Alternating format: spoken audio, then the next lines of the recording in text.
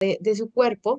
Y el doctor también describía pues las primeras características clínicas de esta entidad, que pues era un paciente que se encontraba muy ansioso y pues con un deseo bastante grande por pues quitarse una extremidad.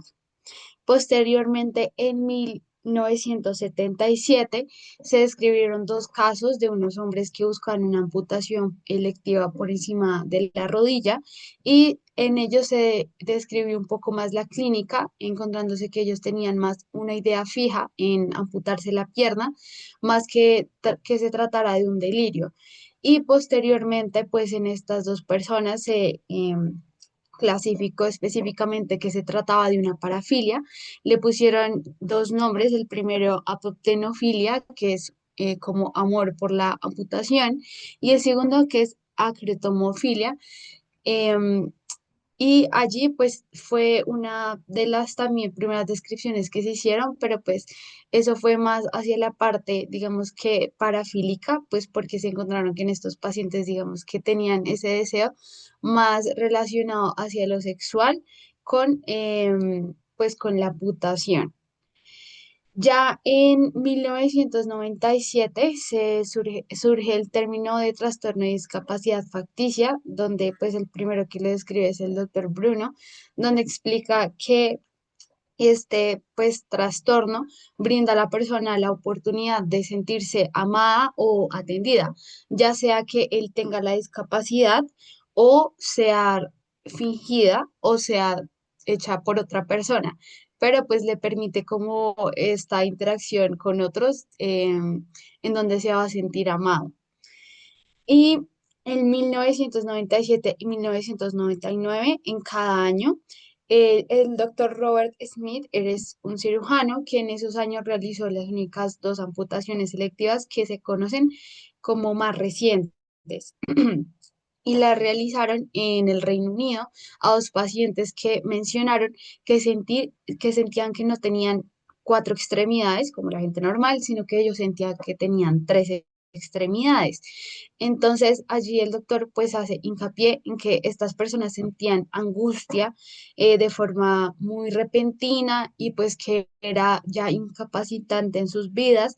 A menudo también estas personas recurrían a la autolesión o se trataban de deshacer de la extremidad de alguna forma.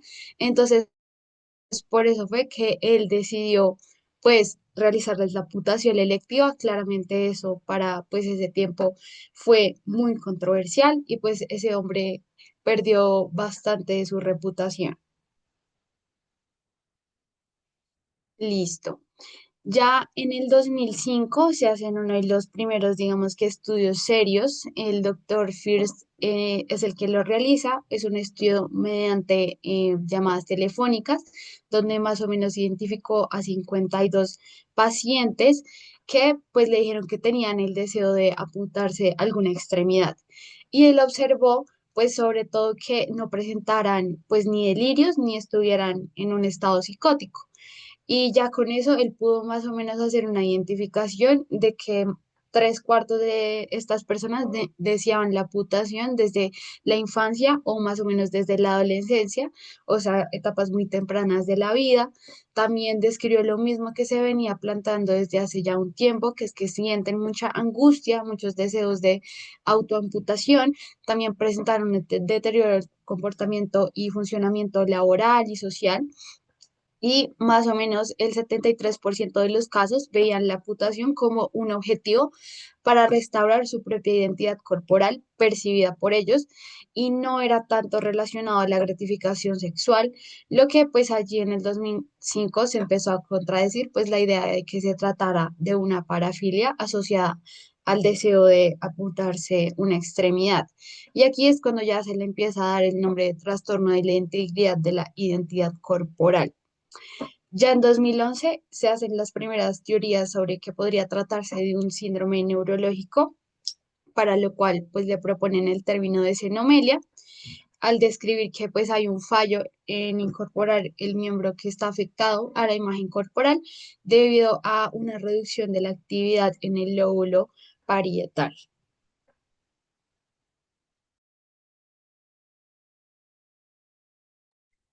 Listo, entonces como nos estaba comentando Mari, esta entidad ha tenido muchos nombres y se ha visto de diferentes maneras, pero ya para el CIE-11 lo define como una disforia de integridad corporal.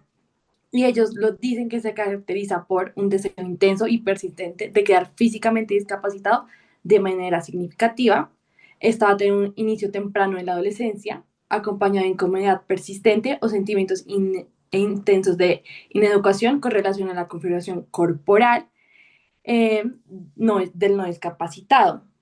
El inicio va a ser entre los 5 a 15 años más o menos, describe el CIE-11, y además comenta que el deseo de quedar físicamente discapacidad tiene consecuencias perjudiciales, lo que se manifiesta con este deseo. Entonces, las personas también van a tener el deseo de fingir estar discapacitados. Va a interferir con su productividad en sus actividades de ocio o en su funcionamiento social. Entonces la persona no va a estar dispuesta a tener una relación cercana con otras personas, puesto que está sintiendo que no está siendo su verdadera identidad, entonces no está siendo un discapacitado, entonces no puede relacionarse con otras personas y va a tener intentos para convertirse en una persona discapacitada, lo que puede poner en riesgo su vida y su salud. Siguiente.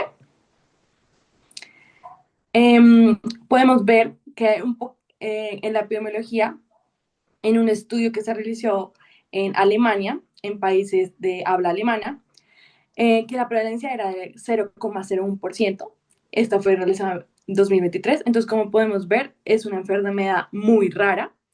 Y además, Orphanet, que es un sitio para ver las enfermedades huérfanas y enfermedades raras, comenta que hay de 1 a 9 personas por cada 1 millón de personas. Entonces, por eso podemos ver que es una enfermedad extremadamente rara y eso limita mucho el conocimiento que hay acerca de esta y también las investigaciones. Siguiente. Ya para las características clínicas, como nos estaba comentando Mari, en 2005, First, que era un psiquiatra, y Fisher, una investigadora, decidieron dar estas características principales de la enfermedad. Entonces, es el inicio en la infancia y adolescencia, como les comentaba, de 5 a 15 años. Va a haber un deseo intenso de lograr esta discapacidad, un disconfort sobre una característica física o del esquema corporal que tenga la persona, van a tener estos pensamientos recurrentes que van a interferir en su vida diaria, entonces en las actividades sociales y ocupacionales, van a tener estos intentos, no se va a deber a ningún trastorno psiquiátrico como la psicosis, va a ser más frecuente en varones, no van a tener antecedentes de trauma y hay una mayor prevalencia en la orientación homosexual y bisexual. Siguiente. Listo, entonces ahora vamos a hablar un poco de las teorías explicativas que se han dado acerca de este fenómeno. Siguiente.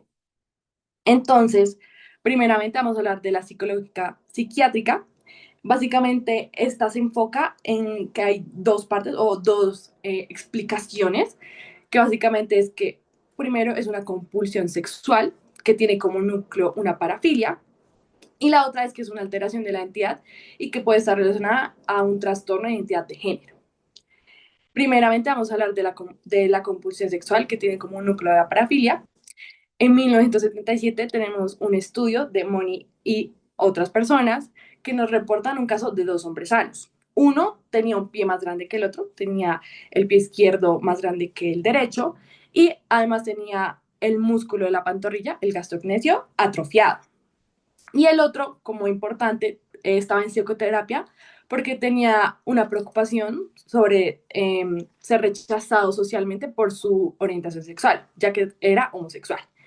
En los dos, este deseo aparece alrededor de los 11 a 13 años y Moni propone de que esto es porque ellos estaban intentando preservar su masculinidad a través de quitarse un miembro. Los dos se querían quitar un pie.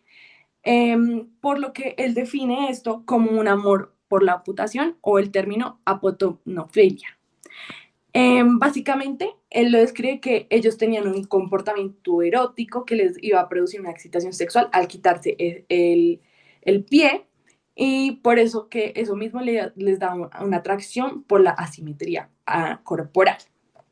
Siguiente. Ya otra manera en que se pudo explicar fue por la alteración de la identidad. Entonces, Everard, también un investigador, en 1983 expuso un caso de un varón que tenía también preferencias homosexuales y en la infancia tuvo atracción a un compañero que usaba una prótesis de madera. Entonces, él vio a este niño en su infancia como alguien que era feliz, alguien que él quería ser. Entonces, después de eso, él empezó también a usar una prótesis de madera, aunque no estuviera amputado. Y este comportamiento que se autoinfligió, Everard lo describía como que él lo hacía para sentirse completo y feliz, así como él veía a ese niño que vio en la infancia. Y después de amputarse, esto pudo mejorar su salud mental y física al tener esa referencia del niño que vio en la infancia. ¿Siente? Entonces, como les estaba comentando, First, en 2005, hizo este estudio de 52 personas que solo incluía a 4 mujeres y describe que la mayoría de ellos también comenzó en la infancia y no tenían sintomatología psiquiátrica, aunque algunos podrían tener síntomas de depresión, ansiedad, pero no ningún otro.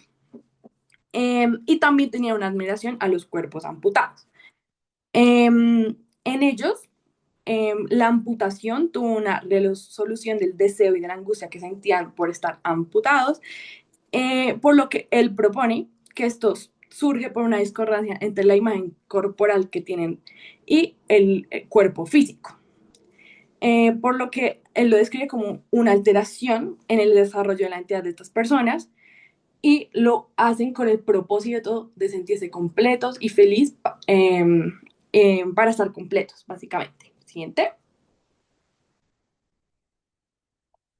Ya para la teoría psicodinámica, consideran que el deseo de la amputación proviene de una manifestación erótica de odio hacia las figuras maternas y también de conflictos inconscientes que tenga la persona. Entonces, al amputarse, tendrían o simbolizaría eliminar ese conflicto que tienen. Entonces, se liberarían de aquel conflicto.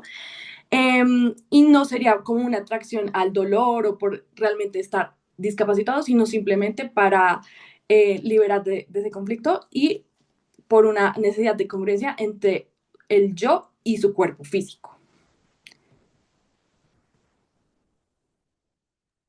Bueno, ya para las otras teorías está la neurológica. Entonces, principalmente los estudios neurológicos que se empiezan a hacer sobre este trastorno son debido a que lo empiezan a comparar con un trastorno neurológico que se llama la somatoparafrenia. Ya más adelante hablamos específicamente de este porque es un diagnóstico diferencial, pero básicamente es una alteración en el lóbulo superior parietal derecho, en donde pues había pacientes que pues por diferentes factores pues este se afectaba, lo que generaba que en el miembro superior izquierdo pues tuvieran esta sensación de que ese miembro no era suyo o que ese miembro era de otra persona. Entonces, pues empezaron aquí como a hacer esa comparación de que tal vez eran lo mismo, pero se hicieron pues los diferentes estudios y pues la somatoparafrenia solía resolverse o suele resolverse con la estimulación calórica vestibular. Sin embargo, los pacientes que presentaban pues este trastorno no pues resolvieron la patología, no dejaron de sentir el deseo de imputación después de haberles hecho la estimulación calórica vestibular, pues por lo que quedó descartado que se tratara de una somatoparafrenia. Pero pues esto dio paso a que se quisiera estudiar más el cerebro de las personas con este trastorno, porque por lo que posteriormente se usaron por medio de encefalomagnetografía, se midió pues la actividad cerebral mediante la estimulación pues de diferentes zonas corporales y encontraron que había una reducción de la actividad del lóbulo parietal derecho, donde se estimulaban las zonas que eran cercanas a donde el paciente quería que le hicieran la amputación. Lo que pues los investigadores, digamos que concluyeron fue que la corteza somatosensorial primaria y la visión estaban en perfecto estado, pero pues esta falla en este lóbulo indicaba que había una alteración en la integración de la información de la imagen corporal, por lo que por eso es que los pacientes referían que no tenían una extremidad, que les sobraba una extremidad. Ya posteriormente también se ha estudiado cómo es el procesamiento emocional y de la percepción de estos pacientes, donde se han hecho experimentos en donde a ellos se les muestran imágenes de personas con amputaciones sin ningún componente sexual. Y pues a diferencia de las personas que no tengan este trastorno, generalmente las personas que no tienen el trastorno suelen decir que pues son imágenes feas o no les gustan, les desagradan, pero en cambio ellos sí les gustan y pues no muestran como ese desagrado que muestra la población general, por lo que los investigadores pues sugirieron que eso demostraba una alteración en el circuito emocional que estaba vinculado a la representación corporal y probablemente pues también era mediado por alguna alteración a nivel de la ínsula y las diferentes estructuras límbicas que pues hacen parte de este circuito. También se ha estudiado la conectividad cerebral, más o menos en 2016 se halló que estas personas tenían una hiperconexión estructural de las redes sensomotoras, mayoritariamente del hemisferio derecho, por lo que se sugirió que esta hiperconexión se podía deber a digamos que una compensación de posibles déficits que pudieran tener cerebrales o podría tratarse de un fallo de la apoptosis neuronal durante el desarrollo, por lo que, pero pues la última hipótesis fue como la que más prevaleció. También se ha estudiado la respuesta a los estímulos visuales del cuerpo. También este es muy parecido al anterior estudio, en donde también se muestran imágenes, pero esta vez se mostraron imágenes a los pacientes del propio cuerpo y se utilizaron imágenes como con realidad virtual y eso sobre el cuerpo que desearían, ¿sí? Entonces los pacientes pues reaccionaban de una forma más agradable y consideraban que era más atractivo su cuerpo si estaba amputado. Y pues allí se pudo ver que se activaban ciertas áreas relacionadas a la imagen corporal, como es el lóbulo parietal derecho, el lóbulo paracentral, el lóbulo caudado, y también se activa el sistema de recompensa, todo lo que sería la amígdala, el núcleo caudado, etcétera. Bueno, mediante pues todos estos estudios que se han hecho, pues también ha surgido la pregunta como de si se genera alguna, em, si se puede modular o se puede cambiar de forma pues extracorpórea y experimental la percepción de la propia imagen corporal de la persona. Entonces, unos investigadores emplearon realidad mixta y también estimulación eléctrica transcraneal en el lóbulo parietal superior derecho y pues ellos trataron de ver pues su hipótesis, de ver si pues esto se podía llegar a cambiar y encontraron que pues mediante la alteración del lóbulo parietal superior derecho es muy importante y tiene un papel muy dominante en la propiedad corporal y que la propiedad corporal es maleable pues si este se modifica y sobre todo lo que se va a alterar es la propiedad corporal del hemicuerpo izquierdo, lo que pues está muy a favor de todos como los casos clínicos que han dado porque la mayoría se presentan en el hemicuerpo izquierdo.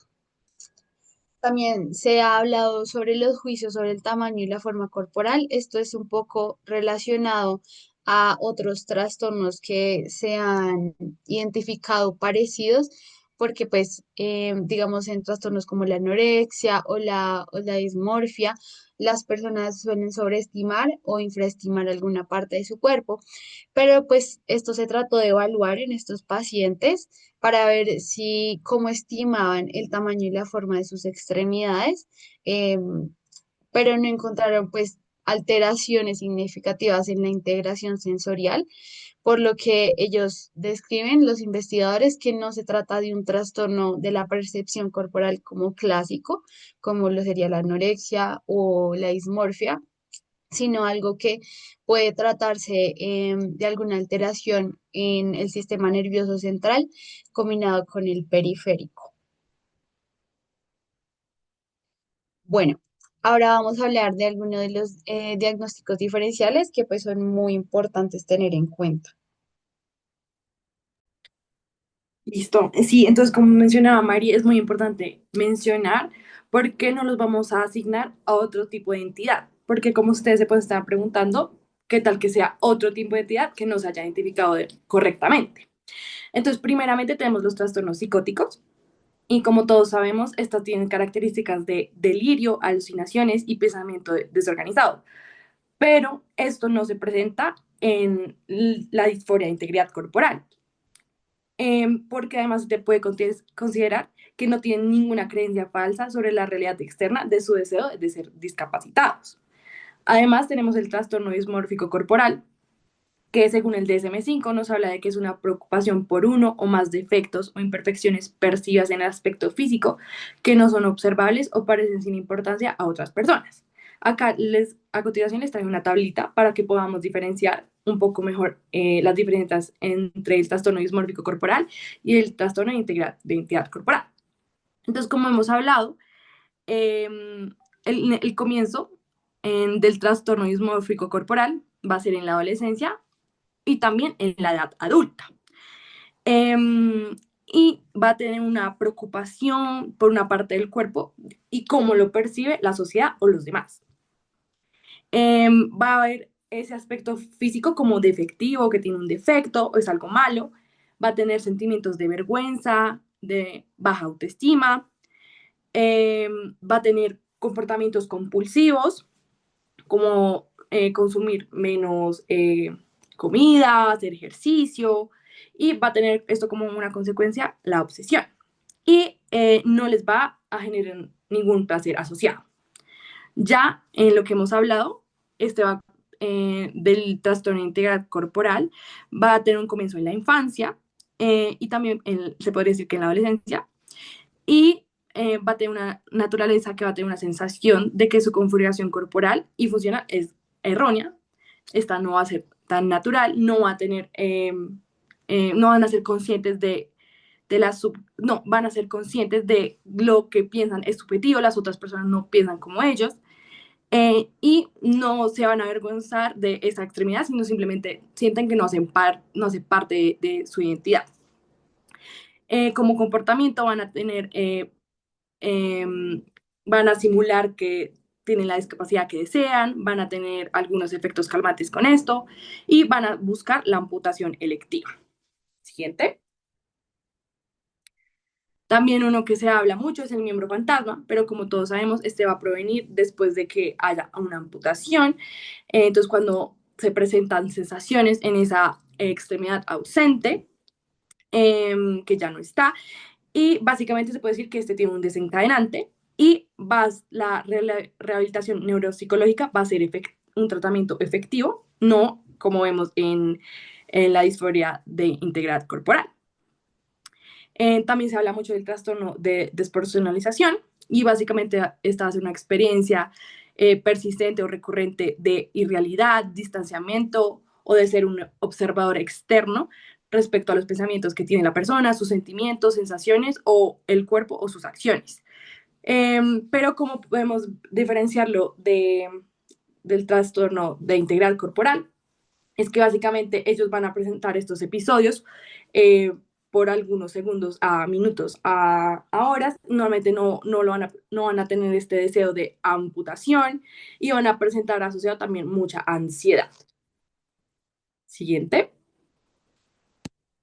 Otro de los diferenciales sería, como les hablábamos, sobre las parafilias, pues inicialmente el término que se usa es la apoptenofilia, como el amor hacia la amputación, y se refiere pues a este deseo por amputación debido pues a una gran excitación sexual.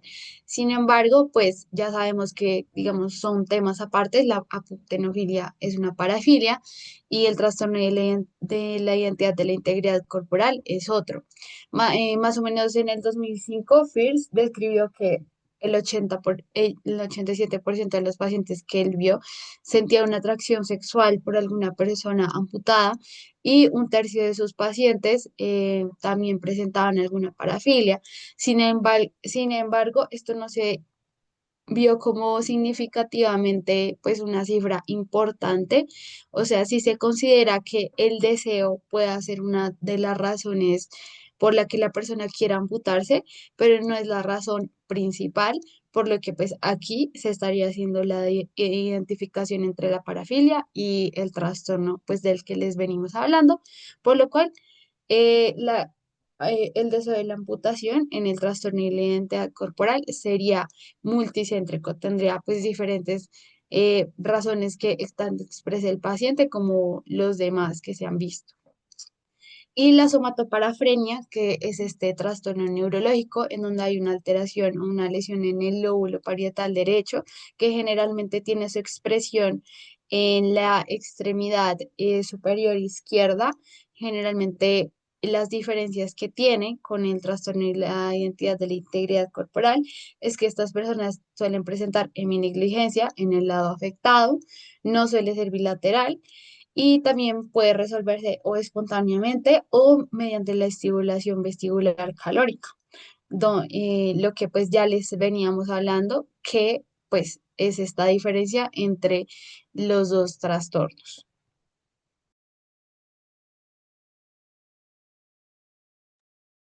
Listo, entonces ahorita vamos a pasar a hablar de los manejos convencionales que se le han dado a esta entidad. Siguiente.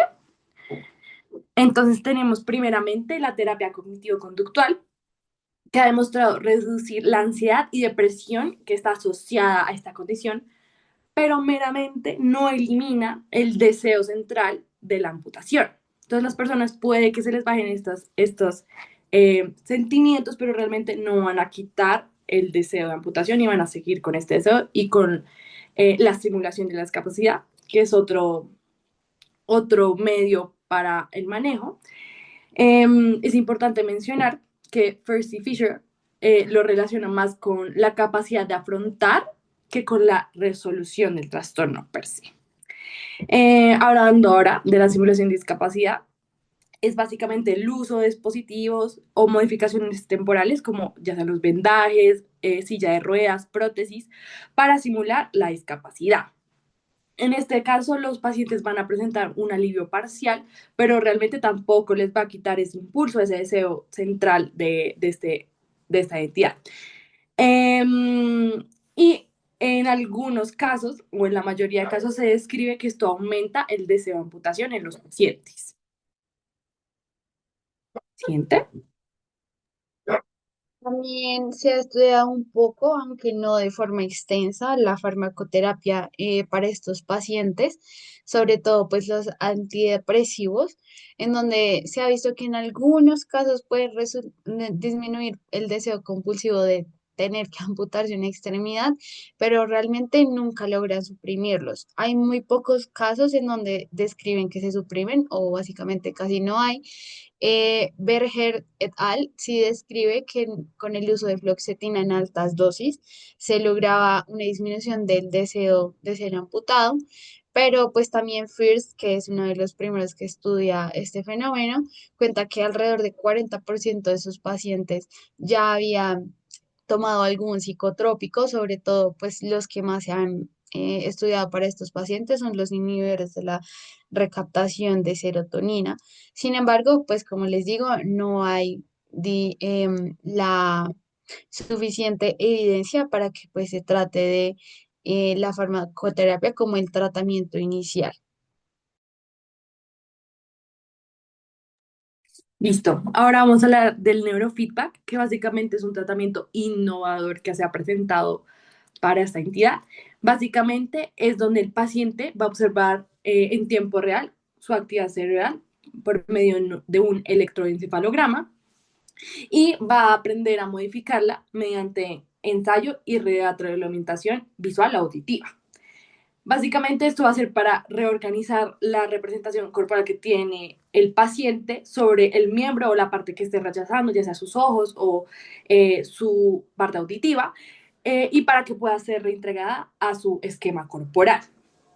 aunque podría decirse que los resultados de esta nueva alternativa, de este nuevo manejo, es que hay muy pocos estudios al respecto. Leí un artículo que lo proponía como algo hipotético, ya que hay solo estudios piloto y casos aislados donde se trata sobre el neurofeedback en esta entidad. Y se podría decir que algunos pacientes llegaron a reducir parcialmente el malestar y el deseo. Pero también hay que pensar que esta alternativa tiene poca disponibilidad y también requiere tecnología avanzada, entonces no se podría dar casi a todos los pacientes, entonces es muy difícil de usar este manejo realmente para los pacientes. Siguiente. Listo. Entonces ya vamos a entrar a hablar sobre los aspectos éticos que tiene esta entidad. Si quieres, sigue Mari. Bueno, primeramente queríamos hablar de, como no les hemos mencionado a lo largo de la presentación, de que esto no realmente no está en el DSM-5. Entonces queríamos hablar de algunos aspectos que afecta que, que esta entidad no esté en el DSM-5 y por qué se propone en el artículo que tenemos ahí abajito que esté en el DSM-5 o en la nueva edición del DSM. Entonces, primeramente vamos a hablar de la seguridad y la prevención del daño. Stan Bersky, que es el autor del artículo que les estoy mencionando, comenta que que esta condición, al estar catalogada como un trastorno mental en el DSM-5, disminuiría el alto riesgo de amputación y autolesión grave que tendrían las personas. Se han reportado casos de personas que se disparan las extremidades, que la congelan, que se han puesto en las vías de un tren o han usado sierras, ya que no han tenido un buen acceso al manejo médico. Entonces, buscan por sus propios medios aliviar esa angustia, ese deseo que tiene. Por lo que también se argumenta que esto aumentaría el acceso a tratamiento y el avance en su investigación, ya que si estuviera en el DSM-5 obligaría a las instituciones sanitarias a realizar nuevas investigaciones, a diseñar nuevas terapias, pensar en nuevos manejos y se garantizaría un apoyo psiquiátrico y psicológico a los pacientes que tuvieran esta entidad. Siguiente. Además, esto evitaría la discriminación y aumentaría la visibilidad de ese trastorno, ya que las personas que lo tendrían podrían llegar a decir lo que tienen, porque normalmente estas personas no saben que lo que piensan o sienten ese deseo no está bien, por decirlo así. No lo comentan por miedo a que sean juzgados. Entonces, esto ayudaría a reducir ese estigma y aumentaría por esto el diagnóstico en estas personas y la detección de casos. Lo que también nos ayudaría mucho al aumento de personas y así aumentar las investigaciones. Y además favorecería que haya un abordaje médico más comprensivo y menos moralizante. Siguiente. Entonces, algo que esto es, de seguro se estaban preguntando, ¿qué hay sobre el manejo quirúrgico? Pues se ha demostrado a lo largo de la literatura, poca literatura que hay sobre el tema, que es la medida terapéutica más efectiva en comparación a las otras que hemos mencionado. Las personas reportan sentirse más completos y con una mejoría significativa en su bienestar, en sus sentimientos de ansiedad, de depresión, en sus ámbitos sociales, de trabajo. Eh, Aquí les traemos un reporte de caso eh, de 2024, donde mencionan a un hombre de 22 años que tenía un deseo de amputarse el dedo anular y el meñique. Después de que recibió manejo con psicoterapia y con fármacos, que no funcionó realmente, eh, después de pasar por una junta, decidieron tratarlo de manera quirúrgica y le quitaron el cuarto y quinto dedo. Eh, y básicamente después de un año de que tuviera este manejo quirúrgico, esta intervención, él menciona que tuvo una mejoría en sus ámbitos de vida, en su funcionalidad, en lo social, en lo emocional. Volvió con su pareja, volvió al trabajo, no escondía su mano, porque él antes escondía la mano porque no sentía que hacía parte de él. Y básicamente se demuestra ahí que él él particularmente tuvo una mejoría en todos los ámbitos de su vida. Siguiente. Pero bueno, también hay que mencionar los costos, ¿no? Entonces, en Estados Unidos, según las compañías de seguro de salud que hay allá, mencionan que el manejo quirúrgico claramente es un alto costo. Entonces, básicamente se estima que hay 24.000, $0,10 para el procedimiento y para la estancia hospitalaria. Eso es básicamente lo que cuesta. Pero además, 878.927 dólares asociados a los costos que tienen que ver con una persona amputada, las necesidades de una persona que pierde una extremidad. Por lo que se podría decir que eh, tiene un alto costo, pero también tiene un alto beneficio para el paciente. Pero también se podría pensar que hay que ver las nuevas explicaciones que se relacionan a las alteraciones estructurales y funcionales. Y también se podría pensar de las nuevas tecnologías o otro tipo de tratamiento que se pueda proponer, como el neurofeedback que estábamos hablando. Siguiente. Listo. Bueno, aquí para empezar como este debate alrededor del tratamiento quirúrgico para el trastorno de la identidad de integridad corporal, vamos a irnos por cada uno de los cuatro principios de la ética biomédica. Entonces, como sabemos, el primero es el principio de la no maleficencia, que es primero pues no hacer daño. Y pues vamos a ir por cada uno pues como para tratar de entender si este podría ser el tratamiento quirúrgico una alternativa favorable o desfavorable. El principio de no maleficencia básicamente nos dice que no provoquemos un daño nuevo, tampoco empeoremos el estado existente y minimicemos los riesgos evitables de intervenciones innecesarias. Entonces, bueno, aquí pues sobre todo lo principal, el debate que hacen los investigadores es que la amputación quirúrgica de una extremidad sana en sí es la generación de una discapacidad y por ende se genera un daño pues irreversible y grave. Pero Johnson y Elliot en 2002 van a reconocer también que ni siquiera, a pesar de que un paciente dé consentimiento para que le realicen una amputación electiva de una extremidad sana, salvaría de una demanda al profesional que le haga la amputación. Em, Porque pues esto se ha visto ya en algunos casos donde los pacientes sí dan su consentimiento, pero debido a que el daño que se causa es tan grave, la pérdida de una extremidad, pues esto ya afecta a el profesional que lo realizó.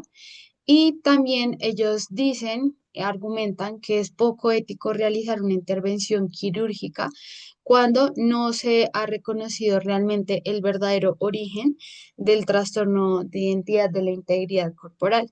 Entonces, por eso es que ellos dicen que según el principio de no maleficencia, este estaría en contra del manejo quirúrgico principalmente.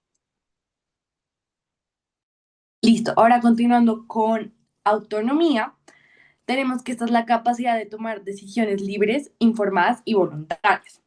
Entonces la literatura nos trae algunos argumentos a favor y en contra de realizar, por ejemplo, el manejo quirúrgico. Entonces, a favor tenemos que la autonomía del paciente debe ser respetada, claramente. Bain y Levin proponen que todo individuo es autónomo hasta que se demuestre lo contrario y en esta entidad se podría decir que están mentalmente competentes y pueden tomar decisiones informadas sobre su propio cuerpo. Brindis también propone que toda persona tiene derecho a diseñar su cuerpo en busca de la felicidad.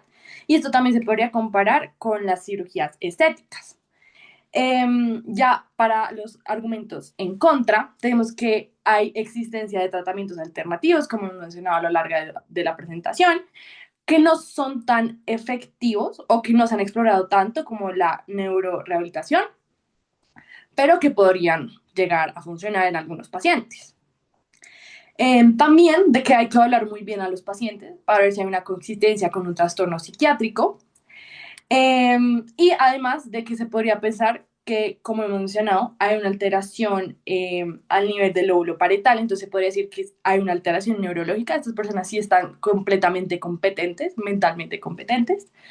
Y La mayoría de pacientes no saben cómo será el estado real postquirúrgico, o sea, se pueden imaginar cómo puede ser, pero puede que se arrepientan después de su decisión, lo cual podría ser muy controversial. Siguiente.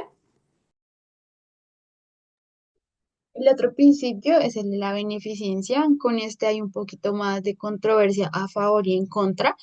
El principio de la beneficencia básicamente nos dice que es esta obligación ética de actuar buscando el mayor beneficio posible para el paciente, promoviendo el bienestar y previniendo los daños.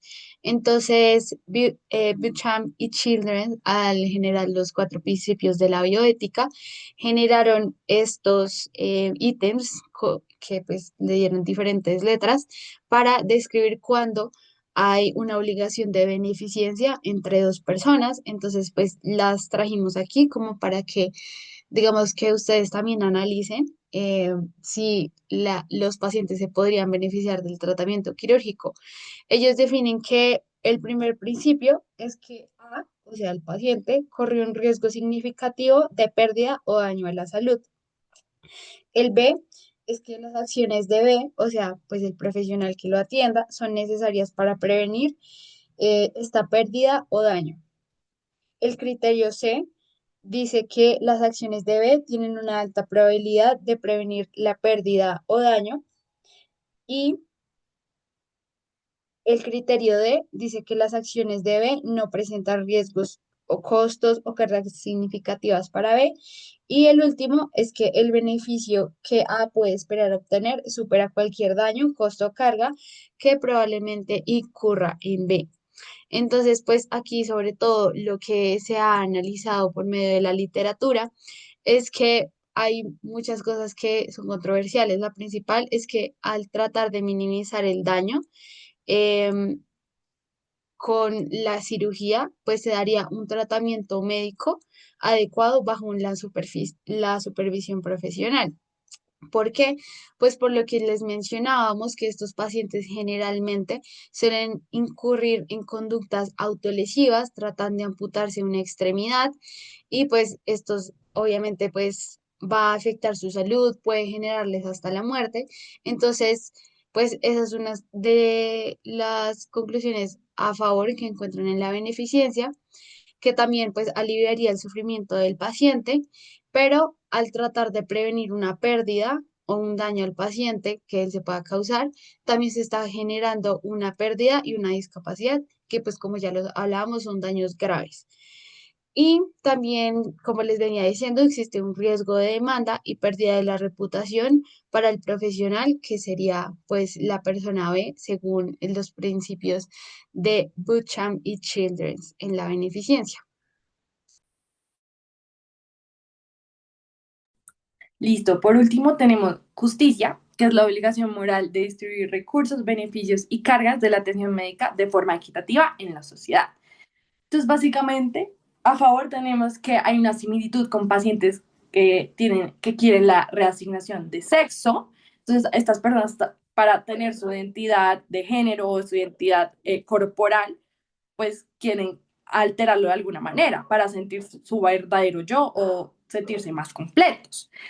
También que no debería discriminarse ni negarse el tratamiento a otras personas, a pacientes, por prejuicios que se le tenga al trastorno. Y ya para en contra tenemos que las intervenciones conducen a modificaciones corporales que no están suficientemente respaldadas, porque claramente una amputación es un daño mucho más grande que una modificación corporal como la reasignación de sexo u otra modificación corporal. Y también si realmente serían destinar recursos de salud a amputaciones selectivas, ya que sabemos que hay otras necesidades más urgentes y más importantes que hay que cubrir en el sistema de salud. Siguiente. Bueno, entonces básicamente con todo lo que les hemos mencionado a lo largo de la presentación, queríamos dejarles con ese mensaje o esas preguntas de realmente el manejo quirúrgico sería éticamente correcto, realmente vamos a permitir que estas personas puedan tener amputaciones selectivas o vamos a dejar que ellos sigan continuando sin estar diagnosticados y tengan que realizar sus propios métodos como la simulación de discapacidad o que se lleguen a lastimar y que tengan que tener una amputación real, ya que si, por ejemplo, si pasa por debajo de un tren, pues claramente ahí sí toca atenderlo de manera quirúrgica. También sería más costos para la salud. Y también sí debería este trastorno estar incluido en la próxima edición del DCN. Entonces los dejamos con esas preguntas. Y siguiente, eso sería todo. Muchísimas gracias. Muchas gracias, Paula y Mariana, por esta charla. De verdad, muy buen trabajo. Ahorita queremos darle la palabra al doctor para que de pronto conteste algunas preguntas que nos han llegado al chat o para que complemente, nos diga qué pensó de la presentación. Doctor, bienvenido. Muchas gracias y gracias por la invitación también. Me alegra mucho siempre participar en estas reuniones del grupo de interés. Así que bueno, gracias por tenerme presente. Mm, Inicio por decir que no soy experto, ¿sí?, en este diagnóstico y creo que se entiende por qué no lo soy y porque muy probablemente es muy difícil conseguir expertos en esta área porque es una condición bastante rara, ¿no? Casi que anecdótica. Entonces, eso implica que no haya mucha experiencia al respecto, ni mucho conocimiento tampoco al respecto. Ahora bien, es un tema, eso sí, taquillero, como son en general los diagnósticos o los fenómenos complejos en psiquiatría. Entonces sí me parece, como decirlo, un golazo haberlo presentado para iniciar este semestre porque eso sí es bastante interesante, al menos como problema de salud mental es eso, bastante interesante y llamativo. Felicito también a las chicas por la presentación. Creo que abordaron como lo grande, lo necesario para contextualizarnos un poco con el problema. Y me parece también chévere el abordaje que hicieron desde describir la situación del problema y luego plantear estos dilemas éticos que, que se plantean, ¿no? Que se presentan al respecto. Entonces, ahí sí también la felicito, chéverísimo. Sobre todo me gustaría oír preguntas, dudas, porque precisamente por lo raro y choqueante que puede resultar, creo que puede dar origen a ciertas preguntas. Entonces, si entre quienes están aquí escuchando quienes escucharon la presentación, hay preguntas y demás, a mí me gustaría mucho poder contestarlas. En principio, comenzar diciendo lo que ya he dicho, ¿no? Que es una cuestión bastante rara y anecdótica. Yo creo que en un capítulo de Grey's Anatomy describen un caso de estos, si mal no estoy, y corríjanme si no es así. Eh, pero es eso, ¿no? Es bastante raro. Y creo yo que, es decir, hay varias cosas que me gustaría anotar. Creo yo que la complejidad está y creo que en torno a eso gira también mucho de la discusión nosológica en decir si esto es una condición separada de otras condiciones psiquiátricas o si no lo es. ¿M? Porque, a ver, aprovecho también para decirlo, el primer paciente que yo atendí, recuerdo, cuando yo era interno, con una enfermedad mental, estaba yo rotando en cirugía o en urgencias, era un paciente habitante de calle que se había cercenado el pene, se había castrado y estaba psicótico, tenía una esquizofrenia de muy vieja data y bueno, estaba muy deteriorado y habitaba calle. Entonces ya imaginarán las consecuencias que tuvo esa amputación que él hizo. Lo que hizo fue eh, amarrarse una cuerda o algo así hasta que se necrosó y finalmente perdió el pene. Pero era un paciente psicótico, ¿no? Entonces, creo que lo inicial para plantear aquí es si esto como condición existe aparte o no de otras condiciones psiquiátricas. Y me parece muy chévere lo que han traído respecto a diagnósticos diferenciales, porque es lo que uno pensaría, ¿no? Es decir, esto es un paciente con un trastorno psicótico Esto es un paciente con un trastorno de personalidad grave que también podría estar allí presente. Esto es un paciente eh, con una parafilia asociada a las amputaciones. Puede ser también un paciente con un trastorno obsesivo compulsivo. Puede ser también un paciente con una dismorfia corporal, que es algo bastante cercano, al menos en cierta parte, también al trastorno obsesivo compulsivo, ¿sí? Y demás, ¿no? Entonces hay un montón de condiciones en las que uno podría más bien encajar un paciente que tenga quejas en torno a no estoy de acuerdo o no me gusta o no me siento cómodo con esta parte de mi cuerpo, doctor, ampútela. ¿M? Eso por un lado. Por otro lado, también, en medio de esta visión espectral que se tiene hoy en día de muchos trastornos mentales, muchos de estos casos que se han planteado y lo anecdótico de esta condición, haría a uno preguntarse muy probablemente si existen otros casos menos graves, ¿no? O menos intensos. ¿Cuántos pacientes no podrían encajar dentro de una definición similar sin que necesariamente requieran una amputación? ¿M? Porque claro, uno aquí piensa es en un paciente que desee amputarse cualquiera de sus extremidades, pero en esa misma visión espectral, llevándolo a un extremo menor, ¿no? En el que simplemente hay quejas, qué sé yo, sensoriales y una sensación similar al miembro fantasma y a una sensación de extrañeza respecto a su propia corporalidad, en un extremo versus el otro extremo, ¿no? Y es no simplemente pretender amputarse una extremidad, unos dedos, por ejemplo, con los que mal o bien podría vivir, versus pretender retirarse otra parte de su cuerpo que pueda comprometer su vida. Entonces ahí creo yo también hay una discusión interesante de poder decir eventualmente si se decide amputar, qué se decide amputar y qué no se decide amputar. ¿M? Que entonces tendría que estar inmerso dentro de la definición de esta condición clínica. En esa misma línea, en esa misma línea, eh, hay dos cositas. Una que tiene que ver con cómo se vive la corporalidad, ¿sí? Que más o menos ya lo han mencionado.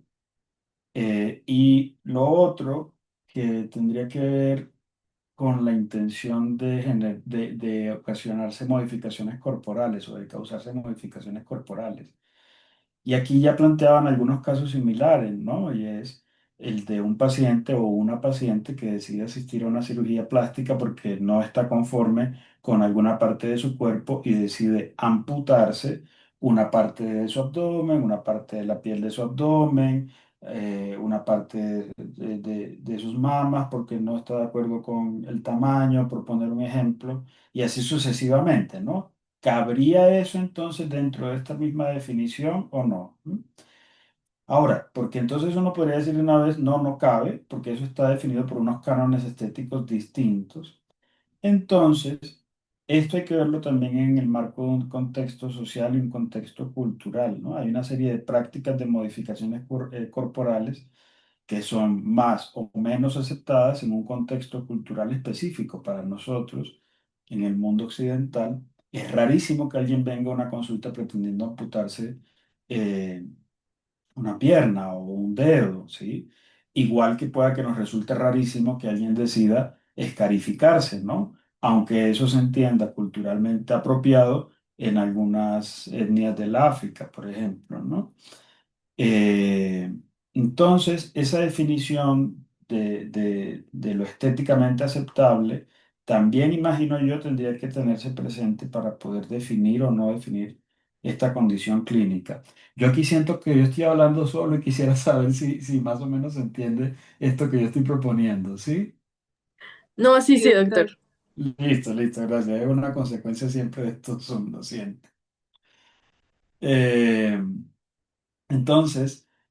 Claro, y hay un planteamiento estético también, ¿sí? Que es muy probablemente lo que nos termina resultando choqueante cuando un paciente nos dice quiero retirar esta parte de mi cuerpo. Eso no es socialmente aceptado, ¿no? Porque eso no es estéticamente apropiado, pero al mismo tiempo hay personas que van a hacerse modificaciones corporales Y esto, ¿no? Se tatúan, se perforan, se escarifican, se colocan prótesis, se cortan partes del cuerpo, modifican su nariz, sus orejas, su lengua, etcétera.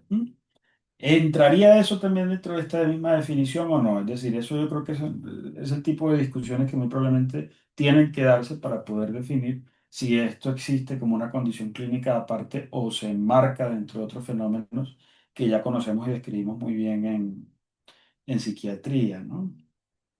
También quisiera mencionar un par de cositas respecto a, se dice, es decir, mencionaban, porque es que también así lo dicen, lo dicen muchos autores, ¿no? Que abordan esta temática en la literatura, y es, esto tiene una similitud con lo que sucede en la disforia de género. Bueno, ahí yo pongo una raya, ¿no? En primer lugar, conceptual, porque parte entonces de una idea de que la disforia de género requiere un procedimiento quirúrgico para su resolución necesariamente, uno, y dos, eh, considera que esos procedimientos son por definición mutilaciones o amputaciones. Y no necesariamente es así, doctores. No necesariamente es así, porque la disforia de género como se llamaba antes, ¿no? O en general las experiencias de género son muy diversas, son muy variadas y no necesariamente atraviesan el quirófano, por un lado, y a su vez no necesariamente implican una mutilación. Es que pensar que eso corresponde a una mutilación es en sí mismo un error conceptual, ¿sí? Entonces, no estoy tan de acuerdo yo con tenerlo como un ejemplo, es decir, si ya hacemos, entre comillas, mutilaciones o cirugías para personas que tienen una experiencia de género diversa, entonces deberíamos hacerla para estas otras personas que viven su corporalidad de una manera distinta. No creo yo que sea una analogía apropiada. Yo siento que la analogía en realidad más apropiada es la de quien va a un quirófano para una cirugía plástica o va a un salón de tatuadores o qué sé yo para hacerse modificaciones corporales. Eso muy probablemente es más cercano a la experiencia de quien tiene esta condición clínica, ¿no? Pero creo yo que hay mucha tela por cortar para poder como definirlo finalmente con claridad y poder definir cómo orientar esto. Eh, Creo, sin embargo, que estas discusiones éticas van a lugar, por ejemplo, cuando plantean cómo se pone, entra en dilema el principio de justicia, plantean este ejemplo, ¿no? De la disforia de género, pero lo mismo, es que, a ver, la experiencia de género diversa es compartida por una cantidad de gente que supera con creces esta otra condición clínica, ¿sí? Entonces, tiene sentido que de aquella forma, por ejemplo, se tenga un impacto en salud pública al hacer procedimientos, ya sea quirúrgicos o no, en disforia de género, eh, porque minimiza la aparición de ansiedad, depresión, riesgo de suicidio, consumo de sustancias y en general expectativa de vida en personas con una experiencia de género diversa, a diferencia de esto otro que resulta bastante más anecdótico, ¿no? Entonces, aquello sí que tiene sentido como una intervención de salud pública. Me refiero a las intervenciones enfocadas a asignación de género o a eh, eh, esto tiene un nombre, ¿no? No es asignación, no es reasignación, eh, no es comprobación, lo tengo en la punta de la lengua. Ya llegan las anomias, parece. El, bueno. Pero es el hecho de poder como consolidar el género. Aquello tiene sentido como intervención en salud pública. Y también, igualmente, en cuestiones de género, en experiencias de género diversa, los procedimientos, es decir, este tipo de procedimientos que aquí suenan como los que deberían hacerse, que son procedimientos agresivos, irreversibles, en aquel otro caso no son los que se dejan de última línea y no necesariamente son los que necesitan una persona con experiencia de género diversa, ¿sí? Habitualmente se pasa por otro, se hace una serie de pasos antes de llegar a un procedimiento de esas características. Quería como traer estos comentarios simplemente como para dejarlos también en el aire, ¿no? Es decir, como para, para que no quede la idea de hay que hacer cirugías o hay que discutir en torno a cirugías en este tipo de condiciones. Eh, pero bueno, como al menos para darle vueltas ahí un poco.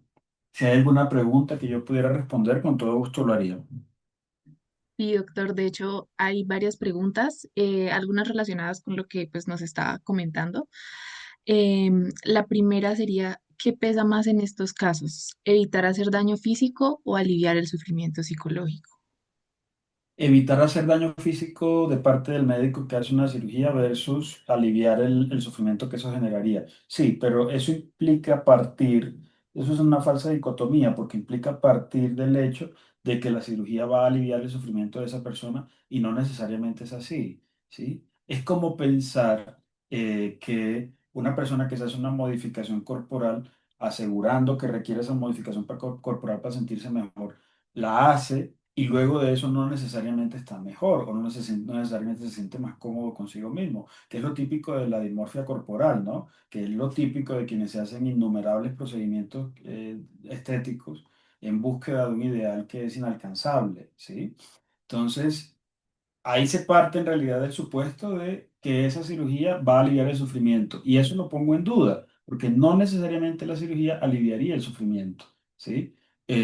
Porque puede mantenerse ese mismo sufrimiento. Ahora, es muy probable, por el contrario, que el daño sí que lo exceda. O sea, es muy probable, a ver, por algo tenemos nuestro cuerpo completo, ¿no?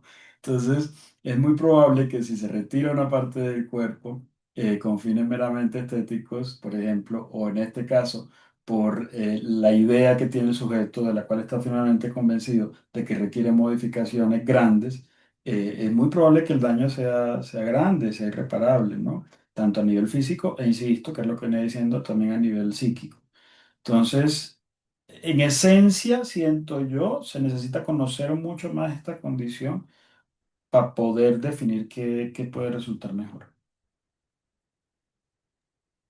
Muchas gracias, doctor. Las otras dos se las voy a decir en conjunto porque van un poco de la mano. Ok. La primera es hasta qué punto la autonomía del paciente debe influir en la decisión quirúrgica y la otra, en qué momento también un médico consideraría la amputación electiva en un paciente con trastorno de identidad e integridad corporal. ¿Hasta qué punto la autonomía de un sujeto, la autonomía siempre prevalece sobre los demás principios, ¿no? A menos que haya un caso específico en el cual se considere lo contrario. Pero la autonomía casi siempre suele prevalecer. Pero en estos casos, y es lo que planteaban también las doctoras, la autonomía se pone de frente con otros principios que terminan prevaleciendo mucho más. Y también ahí dependerá muy probablemente del cirujano que decida meter mano, de decir, bueno, la autonomía está por encima de todas las cosas y eso es lo que va a primar en esta decisión que yo voy a tomar en este momento. Claro, pero eso sí sucede en un hospital con fondos públicos, como es el sistema de salud de Colombia, pues es inaceptable, ¿no? No se puede hacer. Muy probablemente ya eso sería en otro contexto, ¿sí? La otra pregunta, ¿cómo era? Es en qué momento un médico consideraría la amputación electiva en un paciente con trastorno de identidad e integridad corporal. Yo dudo que un médico lo considere directamente, ¿no? No quisiera aquí yo poner mis posturas personales, pero casi que es inevitable. Porque, insisto, como condición clínica, como es tan difícil de delimitar, es mucho más probable que si este paciente o esta paciente llegue al consultorio del psiquiatra, el consultorio del psiquiatra, el psiquiatra considere que se trata de otras cosas, ¿no? Es decir, muy probablemente hay una dismorfia corporal, hay un trastorno psicótico, hay un trastorno obsesivo compulsivo, hay un trastorno limítrofe de la personalidad muy grave. Recuerdo, por ejemplo, así un hombre con un trastorno limítrofe muy grave que se amputaba, no estaba ni siquiera psicótico, eh, estando con pleno uso de su autonomía, se había mutilado sus orejas, empezó por una parte de la oreja, luego la otra, luego la siguiente oreja y así, y luego algunos cambios también en su nariz y algunos cambios también en su lengua y así sucesivamente. Y ya planeaba incluso amputarse y comenzar con los dedos del pie. Eso es un paciente con un trastorno límite de la personalidad porque se entiende en el marco de otras cosas que suceden con ese mismo sujeto. Entonces, evidentemente en ese caso, al menos el psiquiatra no va a recomendar que se realice una mutilación. Ya el cirujano o el ortopedista o quien lo considere, bueno, tomar otras decisiones en el marco de sus conocimientos, pero al menos en términos de salud psíquica, dudo que haya al menos un criterio claro para poder definir eso. Listo, doctor, muchas gracias. Antes de decirle la última pregunta, quiero Ujú. recordarles a los miembros activos que el link de asistencia está en el chat y que la palabra clave es amputación. Entonces, ya la última pregunta que tenemos está un poco relacionada con el contexto colombiano. Pues entendemos que Ujú. es un tema como tal vez poco estudiado, pero pues surge la duda de si de pronto hay algún protocolo o de qué manera se podría como realizar esta regulación para llevar a cabo esta decisión. No, no lo hay, no lo hay, no existe. Sí, es que de hecho estas recomendaciones que aquí se han planteado surgen sobre todo de reportes anecdóticos, ¿sí? De reportes de casos muy esporádicos y por ende no se comprende muy bien el fenómeno, no se ha podido estudiar con claridad y demás. E insisto, muchos de estos fenómenos en realidad terminan eh, enmarcados en otros diagnósticos, ¿sí? Entonces terminan tratándose de acuerdo con lo que se recomiendan los otros diagnósticos, ¿sí? Y no tanto en este caso como una entidad diagnóstica aparte, ¿sí? Mm, yo creo que habrá que, si se presenta un caso como esto, habrá que individualizarlo, observarlo y estudiar el caso en particular para así poder tomar unas decisiones bien específicas, ¿no? Que se ajusten a lo que ese paciente merezca en ese momento. Pero recomendaciones globales como tal no hay disponibles. Es más, en el resto del mundo tampoco las hay. Hay algunas elucubraciones medio teóricas, algunas argumentaciones sobre qué es lo que podría hacerse y no más. De resto no hay mayor cosa. Yo siento que en realidad lo que habría que hacer es si se presenta un caso como este, orientarlo bien, diagnosticarlo muy bien, estudiarlo muy bien y conocer bien la experiencia de ese paciente para así poder definir cuál puede ser la mejor opción. Listo, doctor. Y nos llegó una pregunta más que A dice, ver. si no se trata de una filia, ¿cuál cree que es el origen de este trastorno? Me imagino yo que lo preguntan en términos mentales, ¿no? Porque es lo máximo que podría decir yo Sí, desde sí, el lado señor. de la psiquiatría, claro. Decir, en otras áreas del conocimiento se podrían plantear otras cosas. Eh, Porque ya ustedes lo han visto, ¿no? Hay sujetos que vienen con condiciones neurológicas que pueden explicar parte de estos síntomas, etcétera, etcétera. No necesariamente esto implica una parafilia, ¿no? Ahora, lo llamativo resulta, por ejemplo, que suceda en personas con orientaciones sexuales diversas. Entonces ya por ahí uno imagina como, bueno, seguramente algo tiene que ver con lo sexual o con el disfrute erótico. Pero quizá no necesariamente es así. Es que, insisto, estos son reportes anecdóticos y por cómo se hace medicina, por cómo se hace ciencia médica, casi siempre lo que se reporta son los casos más espectaculares, más llamativos, más extraños, más raros, ¿sí? De manera que por eso queda esta idea de que es probable que tenga una relación con eso. No quiere decir que no la tenga, ¿no? Es decir, ya mencionaban acá también, por ejemplo, cómo hay personas que tienen alcanzan cierto disfrute sexual por observar a personas amputadas o por imaginarse a sí mismos amputados. Entonces puede que haya un origen claramente parafílico. Pero no necesariamente es así, ¿no? Esto muy probablemente está enmarcado en cómo se ha experienciado cómo ha experienciado la corporalidad de ese sujeto desde la infancia. Recuerden también todos que la mente o lo mental no existe en la nada, ¿no? Lo mental existe corporalizado, puesto en el cuerpo, no en vano, y esto seguramente ya lo han discutido en otras charlas del mismo grupo de interés y seguramente en alguna clase los primeros esbozos de lo mental en el desarrollo psíquico del niño se dan es a partir de la experiencia de la corporalidad, ¿no? Entonces, muy probablemente esto está anclado quizá en eso, ¿sí? Muy probablemente está anclado en cómo ha vivido la corporalidad de esa persona incluso desde su infancia y cómo algunos elementos a lo largo de su vida han incidido en eso, en cómo se vive el cuerpo, ¿no? Cómo se siente el cuerpo como propio o no. Hablo de entonces ya de sujetos que no necesariamente tienen una parafilia dirigida hacia las amputaciones, ya sea hacia sí mismo o a otras personas. Eso también igual podría leerse en clave sexual, aunque no hay una parafilia propiamente dicha, pero ya en términos más psicoanalíticos, ¿no? Psicodinámicos, porque uno podría intuir que en la parte del cuerpo que se desea amputar, muy probablemente hay una condensación, que es un mecanismo de defensa similar al de las fobias, y a partir de allí hay un deseo de castrarse, ¿no? Entonces, pero eso podría ser una lectura más bien psicodinámica o psicoanalítica de este fenómeno. E insisto, ¿no? También podría entenderse, al menos a nivel mental, como un síntoma psicótico, ¿no? Entendiendo lo psicótico como una evasión o una experiencia en la cual la persona está por fuera de la realidad.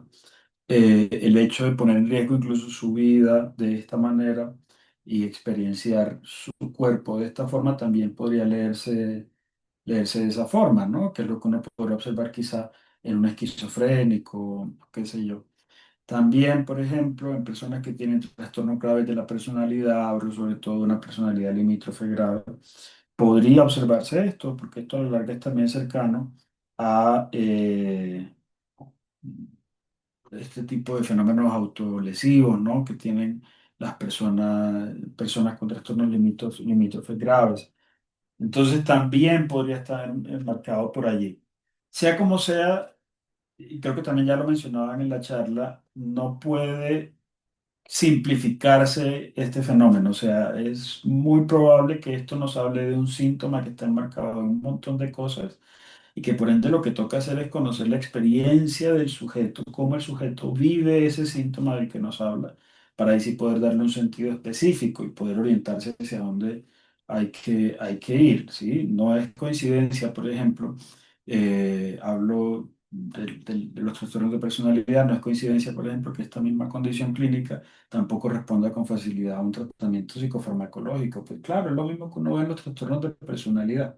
Entonces, ¿será que estos sujetos que han tenido este tipo de conductas no mejoran porque tienen una conducta que no es susceptible de mejoría por tratamiento psicofarmacológico o simplemente tienen un trastorno de personalidad de base que per se pueda que tampoco mejore con el trastorno, con el tratamiento farmacológico, ¿no? Pero lo que hay que hacer es eso, es individualizar el fenómeno y poder mirar cómo lo experimenta la persona para ahí poder sí tener claridad de para dónde coger. Ay, doctor, muchas gracias. Ya no tenemos más preguntas, pero de parte del grupo queríamos dar las gracias por estar aquí presente, por sus comentarios y por resolver nuestras dudas. A Mariana y a Paula también queríamos dar las gracias pues por iniciar este semestre con esta charla tan completa. Eh, y pues ya, eso sería todo. No sé si alguien más quiera decir algo. Muchas gracias por invitarme, de verdad. A Y ustedes. espero que haya quedado claro, no Gracias. sé. Sí, señor, bastante. Muchas gracias de verdad. Sí, Bueno, muchísimas gracias, doctor. Muchas gracias a todos por haber asistido a nuestra charla. que Feliz estén muy noche. bien, que descansen.